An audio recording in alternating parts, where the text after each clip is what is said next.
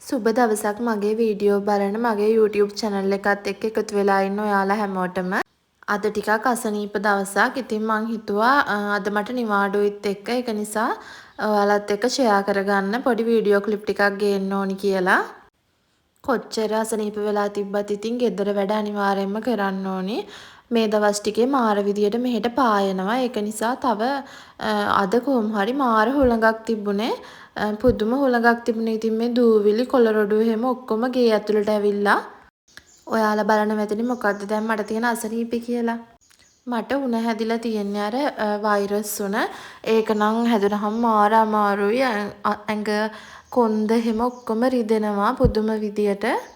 හරිම අමාරුවෙන් තමයි මේ වැඩ කරන්නේ.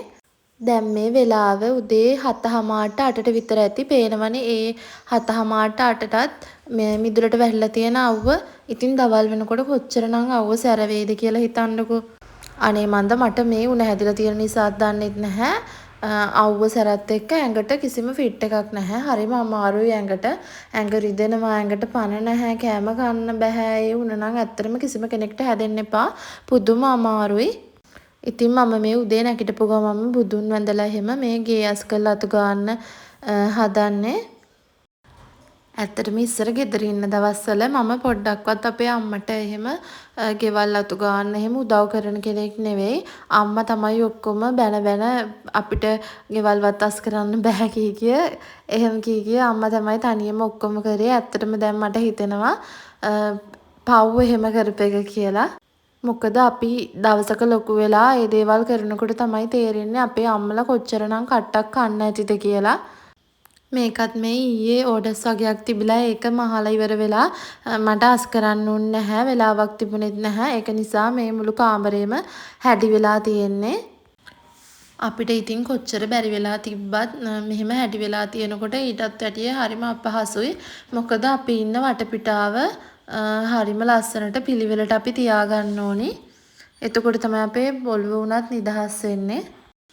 අපි ඒ ගෙදර නම් කොහොමත් ටිකක් ඒ විදියට පිළිවෙලකට තියාගන්න හරි අමාරුයි. මොකද අපේ ගෙදර ටිකක් කොයි වෙලාවෙත් සෙනග ගැවසෙනවා. මොකක් හරි දෙයකට කවුරු හරි කට්ටියක් ඇවිල්ලා හරි මොකක් හරි එකක් තියෙනවා. ඉතින් එතකොට ගෙවල් එහෙම අනිවාර්යෙන්ම හැඩි වෙනවා. දවසට 3-4 පාරක් අතු ගෑවත් සමහර දවසට මේ අතු ගාලා මේ බලනවා ආපහු පිස්සන් කොටුවක් වගේ වෙලා.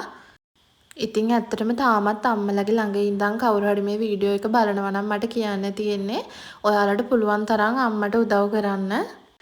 මේ ඉතින් දැන් මං ගෙදර බඩු වගේක් ඉවර වෙලා තිබිලා ඒ වගේ එන්නත් එක්ක යන්න ලේස්ති වුණා. මේ බලන්නකො මෙතන හැටි ඔක්කොම ටික හැඩි වෙලා තියෙන්නේ.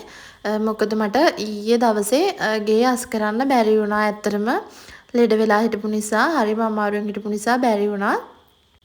ඉතින් ඔන්න විදියට පුළුවන් විදියට මම දැන් මේ ටිකත් හොදන ගමන් ඉන්නේ. මෙන්න මේ සින්ක් එකේ මේ කවුරු හරි දන්න කෙනෙක් ඉන්නවා නම් මට කමෙන්ට් එකක් දාගෙන යන්න. කොච්චරවත් මේවා කොච්චර මැද්දත් මේ විදියට මේ කහ පාට වෙනවා. සින්ක් එක වුණත් දැන් අපි හොඳට මැදලා පිහදාලා එහෙම කරත් නිකන් සබම් මිදිලා වගේ එහෙම වෙනවා. මොකක් හරි ඒක සින්ක් එකේ අවුලක්ද මොකද්ද දන්නේ නැහැ. ඒ වගේ ඇත්තටම ඉස්සෙල්ලා මම මෙහෙම ලොකුවට පිළිවෙලකට එහෙම ඉන්න එහෙම උවමනාවක් තිබ්බ කෙනෙක් නෙවෙයි. හැමදේම අම්මා කරලා දුන්නු හින්දා ඇත්තටම එහෙම ලොකුවට අස් කරන්න එහෙම මම දන්නේ නැහැ. තනියම ඊට පස්සේ ජීවත් වෙන්න ගත්තට පස්සේ තමයි අස් කරන්න ඒ දේවල් මම ඉගෙන ගත්තේ. අදටත් සමහර දේවල් තියෙනවා මම දන්නේ නැති දේවල්. තවමත් මම ඇත්තටම ඉගෙන ගන්නවා ගෙදර දොරේ වැඩ කරන විදිය ගැන පිළිවෙලකට ඒ දේවල් තියාගන්න විදිය ගැන ගොඩක් YouTube වීඩියෝස් මම බලනවා. ඒ වගේන් තමයි මම ගොඩාක් දේවල් ඉගෙන ගන්න. ඇත්තටම මම මෙහෙට එනකොට මට උයන්නවත් බෑ. හැබැයි මම මේ හැමදේම හරි ඉක්මනට පුරුදු වුණා. ඇත්තටම මට කොහොම හරි මම උයන්න දන්නේ නැතුව මට මාස 2ක් විතර ගියා හරියට උයන විදිය හොයාගන්න. ඒ කියන්නේ උයලා එහෙම තමයි මම පුරුදු වුණේ. මුලින්ම මාසයක් විතර යනකම් මට හොඳට මතකයි. මම දැන් බත් එක හදනවානේ. බත් එක හැදුවට පස්සේ හැමදාම බත් එක බෙරි වෙනවා. ඒ කියන්නේ කිරිබත් ගානටම බත් එක බෙරි වෙනවා. පස්සේ ටික දවසක් උයනකොට මම වතුර ඊට පස්සේ මුලින්ම තියපු ගානට වඩා ටික අඩු කරලා එහෙම තමයි මේ හරියට බත් එකට කොච්චර වතුර තියෙනවද කියලාත් හොයාගත්තේ. උයන්න ගියහම එළවලු උනත් මේ මම දන්නේ නැහැ උයන විදිය ගොඩක්. ඒ කියන්නේ ටිකක් ලාවට එළවලු එහෙම හදා ගන්න පුළුවන්. ඒ වුණාට ඉතින් ගෙදරින්දී අර නිතරම උයලා නැති නිසා හරියට අම්මා හදනවා වගේ රසට කෑම හදන්න මට බෑ. ඊට පස්සේ ඉතින් මම කරන්නේ අපේ අම්මට කෝල් කරලා මේක හදන්නේ කොහොමද කිය අහන එක තමයි. කොහොම හරි එහෙම අහලා දැන් නම් මට 20ක් 30ක් ආවත් ඇත්තටම තනියම උයන්න පුළුවන්. මට ඇත්තට මේ කෑම ප්‍රශ්න නිසා මුලින්ම මට කෑම හදන්න බැරි නිසා මට මේ ගෙදර යන්න හිතුණා. ඒ කියන්නේ ඇත්තටම මට මෙහි ඉන්න බෑ. මට කෑම හදා ගන්නත් බෑ කියලා මුලින්ම මට ගෙදර යන්න තරම් හිතුණා. මුල්ම දවස් ටිකේ කොහොම හරි අනිවාර්යයෙන්ම කඩෙන් දවසට එක වේලක් හරි නැත්නම් වේල් දෙකක් හරි කඩෙන් කනවා. මොකද ඇත්තටම කෑම ගෙදර හදනව කන්න බෑ චුට්ටක්වත්. ඒ දවස් ටිකේ මාරම ඒ කියන්නේ මට කියා ගන්න තේරෙන්නේ නැහැ. ඒක පුදුම පීඩනයකින් හිටියේ මම. මේ ඉතින් ටවුන් ගිහිල්ලා එනකොට මාළු බනිස් ගෙඩියක් ගෙනාවා. ඇත්තට මේක මේ නිකන් වේලිලා වගේ කිසිම රහක් නැහැ. අපරාධි කියලා හිතුණා. දැන් මේ දවල්ට මම සෝයා බැදුමක් හදන්නේ. මට නම් ඉතින් ඇත්තටම බත් කන්න බෑ. ඒ වුණාට ඉතින් ගෙදර ඉන්න අනිත් අය කන්න ඕන නිසා මම මේ බැදුමක් හදලා තියන්න හදන්නේ. පස්සේ ඉතින් ඇත්තටම මම හිතුවා කවදා හරි දවසක හැමදාම මට ගෙදර ගියා කියලාත් මට හැමදාම අම්මා උයලා දෙනේම කකා මට එහෙම ඉන්න බෑ. කොහොම හරි හැමදාම ඉතින් අම්මලාට වද දෙන්නත් බෑ. කොහොම හරි මම තනියම ජීවත් වෙන්න පුරුදු වෙන්න ඕනි. එහෙම කියලා හිතාගෙන මම ඇත්තටම ගොඩාක් ඔය උයන වීඩියෝස් වගේ ඒවා බලනවා. එතකොට අම්මගෙන් අහනවා හැමතිස්සෙම මේවා හදන්නේ කොහොමද එහෙම කියලා. එහෙම අම්මගෙන් අහගත්තත් අර ලුණු එහෙම දාන පදම මේ ටික දවසක් යනවා අහුවෙන්නේ. කියන්නේ අපි හැදුවත් මේ ඉතින් උණ කියලා බැලුවේ නෑ. අලිකට පෙර ගෙඩියක් තිබ්බා. ඒකත් මේ කෑව නැත්තම් අපරාධ සවුත් වෙන නිසා. අපේ මිදුලත් හොඳටම මේ හැඩි වෙලා ඒ කියන්නේ කොස් ගහක් තියෙනවා. ඒ කොස් ගහේ කොළ හැම වෙලේම වැටෙනවා. දැන් මේ කාලෙට කොහොමත් මේ වැටෙනවා. දවස ගානේ අතු ගෑවත් හැමදාම හවස් වෙද්දි බලනකොට මේ විදියයි. අද නම් ඉතින් මේ දවස් 2-3කට විතර පස්සේ තමයි මිදුල අතු ගාන්නේ.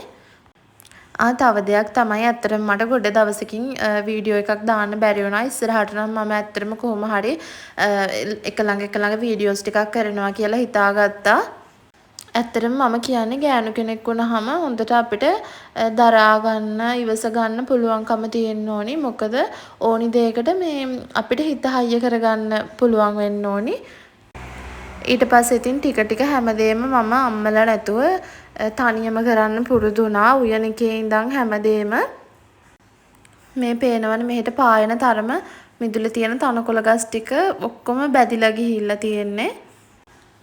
දැන් නම් හවස 4ට විතර ඇති. කොහොම හරි මම දවල්ට කාලා එහෙම චුට්ටක් නිදාගෙන ඉඳලා තමයි මේ මිදුල අතු ගන්න කියලා ගත්තේ. මේවට ඉතින් කොච්චර වතුර ගැහුවත් වැඩක් නැහැ. මේ ටක් ගාලා වේලිලා යනවා. මෙහෙම මිදුල අතු ගගයිද්දි මට හරි වැඩක් වුණා. මොකද මම හැමදාම මේ හවසට ගෙදර නැහැ. අද ඉතින් මේ මිදුල අතු ගන්නකොට මේ මට ගවුමක් මහාන දීපු නංගි කෙනෙක් මෙතනින් යන ගමන් මාව දැකලා මේ අද මම ගවුම දෙන්නම් කියලා කිව්වලු. ඇත්තටම මට මතක නැහැ මම එහෙම කිව්වද කියලා. මේ මම එහෙම ලියාගෙනත් තිබුණ නැහැ. කොහොම හරි අද මම දෙන්නම් කිව්වා කියලා ගවුම. එයාට හෙට පාන්දර ඉස්කෝලේ ඇඳගෙන යන්න ඕනි කියලා මේ මගෙන් ගවුම ඉල්ලුවා. දැන් ඉතින් මට බෑ කියන්නත් බෑ. මට මතකත් නැහැ මම දෙන්නම් කිව්වද කියලා. ඉතින් මේ මම ටක් ගාලා ඊට පස්සේ මිදුලේ මතු ගාලා ඉවර කළා. වොෂ් එකක් දාන්නවත් මුකුත් වෙලාවක් තිබ්බේ නැහැ. මේ ඇවිල්ලා ටක් ගාලා සුදු ගවුමක් ඒක කපලා මේ හිටන් මහන්න ගත්තා. මාර අමාරුයි. ඉතින් අද වැඩ කරන්න බැරි නිසා තමයි මේ මම නිවාඩුත් දමලා එහෙම ගෙදර ඉන්න ගත්තේ. ඉතින් කරන්න දෙයක් නැහැ. ඉතින් තරහ කරගන්නත් බැහැනේ. දැන් ඕක මම දෙන්න බෑ කිව්වා නම් එහෙම හිත හොඳ නැති වෙනවනේ. ඒක නිසා ඉතින් මේ මම පට ගාලා මේ කපලියර වෙලා සුදු ගවුම් මැහුවා. එයා 8ට විතර එනවා කිව්වා. කොහොම හරි මම මිදුල අතු ගාන එක පැත්තකට දාලා ඊට පස්සේ ඇවිල්ලා සුදු ගවුම් මහන්න ගත්තා. දැන් ඉතින් මේ ටිකක් රෑ වෙලා මම මහනවා ඉතින් සුදු ගවුම. තව දෙයක් තමයි මාව සබ්ස්ක්‍රයිබ් කරපු නැති කෙනෙක් මේ වීඩියෝ එක බලනවා නම් අනිවාර්යයෙන්ම මාව සබ්ස්ක්‍රයිබ් කරන්න කියලා මතක් කරනවා. ඒ වගේම වීඩියෝ එකට ඔයාලගේ අදහස අනිවාර්යයෙන්ම කමෙන්ට් එකක් දාන්න, ලයික් එකකුත් දාන්න. මෙන්න මේ විදිහට තමයි ඉතින් සුදු ගවුම් මහලා ඉවර කරේ. අදට ඉතින් ගිහිල්ලා එන්නම් ආයෙත් වීඩියෝ එකකින් ඉක්මනටම හමු වෙමු.